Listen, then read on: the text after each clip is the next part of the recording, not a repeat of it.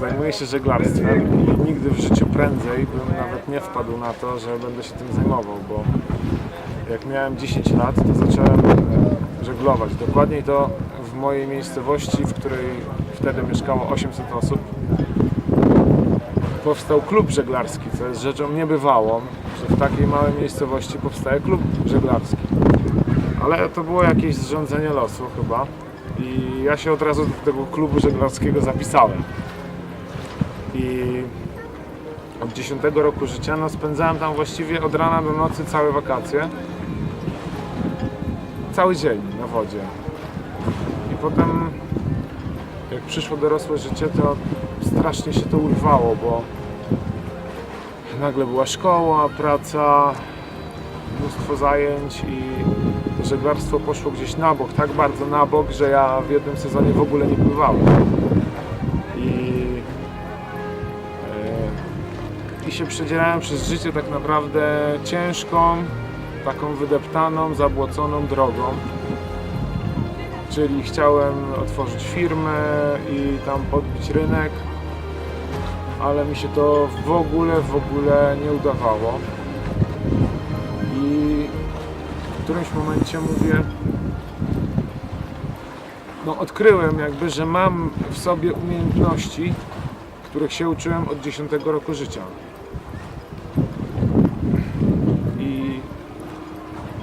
I to mi wskazało moją drogę. Czyli robię teraz to, do czego naprawdę zostałem stworzony. To jest piękne. Każdemu tego życzę, żeby coś takiego znalazł.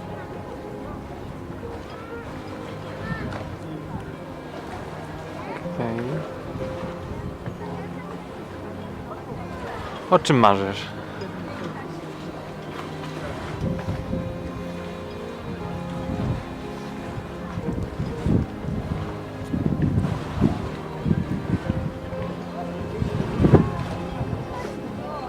Marzę o tym, żebym zawsze mógł robić tak jak teraz to, co robię.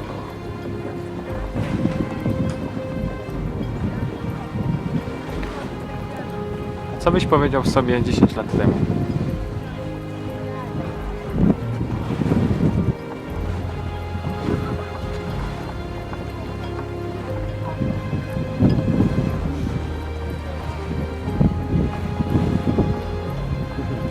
Bym potrząsnął z sobą bardzo mocno i powiedział: człowieku, idź na wodę.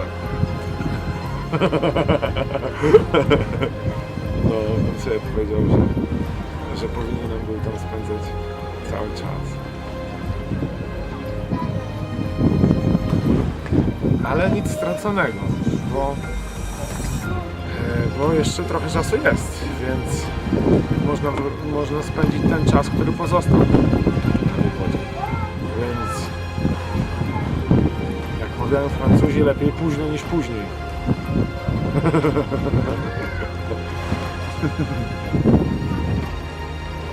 Więc można powiedzieć, że ja już sobie powiedziałem to, co bym sobie powiedział za 10 lat. Powiedziałem sobie: Dominik, olej to wszystko, zamknij firmę, przestań się zajmować kłopotami, tylko zajmij się czymś, co ci naprawdę wychodzi, co lubisz. Przede wszystkim, to jest najważniejsze, co lubisz robić. Że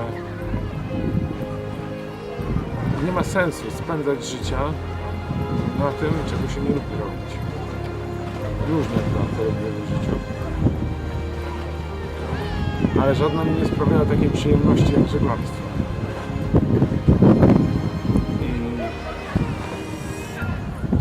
I to nie jest tylko praca. Praca nie może być tylko pracą. Nigdy. Ona musi być twoją pasją.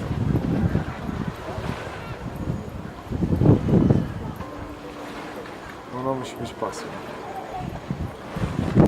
Do pracy, jak idę przez molo, to się cieszę, że tutaj idę, że wchodzę na to molo.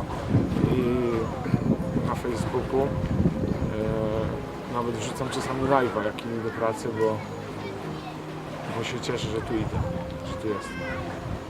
i życzę każdemu tego, żeby tak się cieszył. A ja się cieszę, że w końcu sobie to powiedziałem i że tak zacząłem żyć w zupełnie inny sposób, o 180 stopni obrót. Ja jestem takim żywym przykładem. Ja jak pokazałem gościowi zdjęcie moje, teraz zrobione i zdjęcie sprzed roku, to po prostu nikt nie chce wierzyć, że to jest ta sama osoba. Nikt. Nikt. Ludzie mnie nie poznają często na ulicy, ja po prostu idę i mnie nie poznają, bo ja zawsze chodziłem w garniturze, w koszuli, pod krawatem, zawsze. I po prostu zdjąłem to wszystko i wczoraj jak byłem na weselu, to jakoś tak dziwnie się poczułem, jak znowu musiałem założyć koszulę. Czułem, jak powiedziałem, Boże, jak ja mogłem to kiedyś nosić codziennie. No. To tak się właśnie teraz czuję. Dobrze. Więc się cieszę, że się zmieniłem tak bardzo. I uważam, że każdemu duża zmiana raz na jakiś czas jest potrzebna.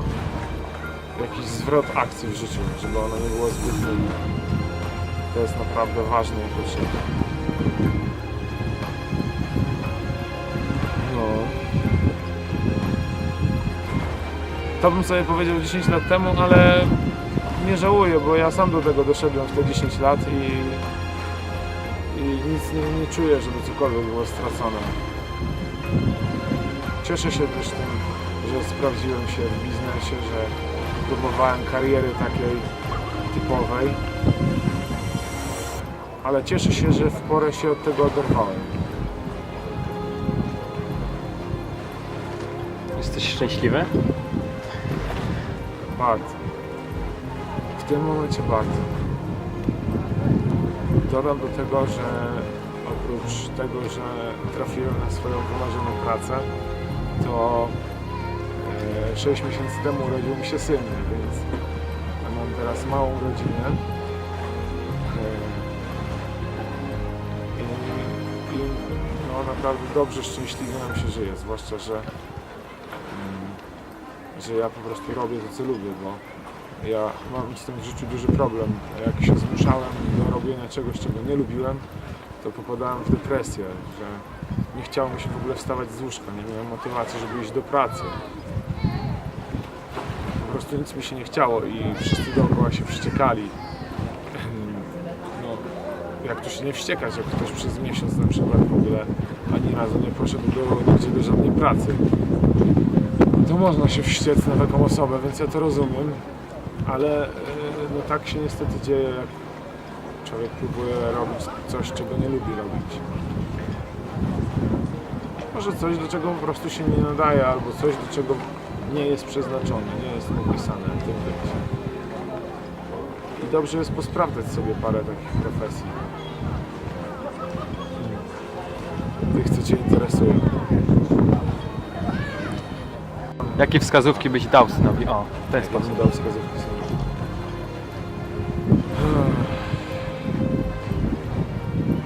Bardzo proste, że każdy człowiek jest wolny i ma prawo do wyboru i nie wolno nikogo do niczego przymuszać. I jeżeli, no, tu można długą listę przykazań wymieniać, ale wydaje mi się, że najważniejszy jest szacunek do drugiego człowieka bez względu na to, jaki on ma kolor skóry, do jakiej religii on przynależy. Wydaje mi się, że to jest najważniejsze i będę go też, myślę, namawiał, żeby też znalazł swoją pasję, żeby popróbował różnych rzeczy i znalazł to, co naprawdę kocha. No, czyli w dużym skrócie mówiąc, żeby poszedł w moje ślady. Ale ja wiem, że to nie zawsze tak działa, bo mój ojciec też mnie namawia do tego, żebym poszedł w jego ślady, ale na przykład jego ślady mi się zupełnie nie podobają. Przez to jestem w bardzo dużym konflikcie z ojcem. I mam nadzieję, że uda mi się tego uniknąć z moim synem, że nie będę go do niczego przymuszać. dam mu iść swoją drogą, nawet bym jej kompletnie nie rozumiał i nie miał pojęcia, o co mu chodzi. I tu się pojawiają komentarze typu, no a jak się zaćpa pod mostem i umrze w wieku 16, no 16 to przesada, ale 25 lat, no to jeżeli będzie tak chciał, to będzie miał takie prawo, chociaż ja nie wierzę, żeby tak się z nim stało, bo mam nadzieję przynajmniej, że będzie, no wręcz jestem pewien, że on będzie dorastał otoczony miłością, będzie miał uwagę i nie popadnie w takie potworne tarapaty, żeby się zaćpać pod mostem. To jest w ogóle oderwane od rzeczywistości taki komentarz. No ale niestety się pojawiają. Masz jakiś plan na przyszłość? Nie mam w ogóle. I w ogóle się nie muszę zastanawiać. Nie mam planu. Nie mam planu i tak jest najlepiej. Czekać na to, co życie przyniesie i po prostu z tym iść. Ja mam plan na najbliższe pół roku. Za miesiąc wylatuję na Majorkę i tam spędzam pół roku i próbuję związać koniec z końcem. A na przyszłe wakacje wracam z powrotem do Polski i to jest na razie, chociaż nie wiadomo jeszcze, czy tego nie odwołam i nie zostanę na Majorce przez po prostu cały sezon następny. Bo wszystko się może w trakcie zmienić, więc na dłuższą metę nie ma się sensu na nic nastawiać, bo oczekiwania rodzą rozczarowanie. I to jest takie fajne hasełko, które przydałoby się przyswoić.